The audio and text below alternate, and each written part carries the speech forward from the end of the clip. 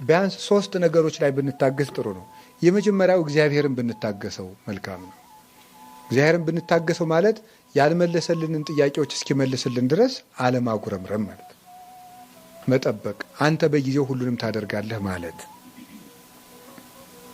ሁለተኛ ለራሳችን ራሱ ትዕግስት ሊኖረን ይገባል። የእውነቴን የምነግራችሁ በአንድ ጊዜ ዛሬ መሰበክ ጀምረን የዛሬ ወር ጻድቅ መሆን መፈለግ ተገቢ አይደለም። እንችላለን? አንችልም። መታገስ ይገባል። የኛም አካል እስኪያድግ ልንጠብቀው ይገባል። አይዞ በርታ፣ ደግሞ እችን አስተካክላት እያሉ ራስንም ቢሆን መታገስ እስኪያፈራ ወዲያው ቸኩሎ አይ እንግዲህ እኔ 1 ወር ሞከርኩ አልተስተካከሉም እንግዲህ ይቅርብኝ ማለት አይደለም። ለራስም ታጋሽ መሆን ያስፈልጋል። እኛንም ቢሆን ብንወድቅም እያነሳን ብንንሸራተት እየደገፍን ራሳችን ራሱ ልንታገሰው ይገባል።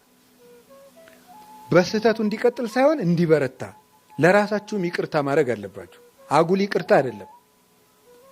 አይዞ ትደርሳለህ፣ በእግዚአብሔር ኃይል ትደርሳለህ እያሉ ራስን ማበርታት ያስፈልጋል። አሁን ካልተለወጥኩ አለ ማለት ነው። 3ኛ ዳተኞች አትሁኑ ግን ተብለናል። ፈጥነን መወሰን አለብን፣ ግን ለውጡንና ፍሬውን ቶሎ አንጠብቅ ነው።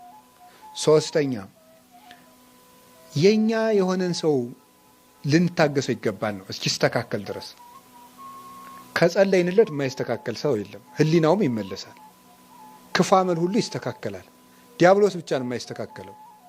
ስለዚህ ያን መታገስ ማለት ነገሮች እስኪፈጸሙ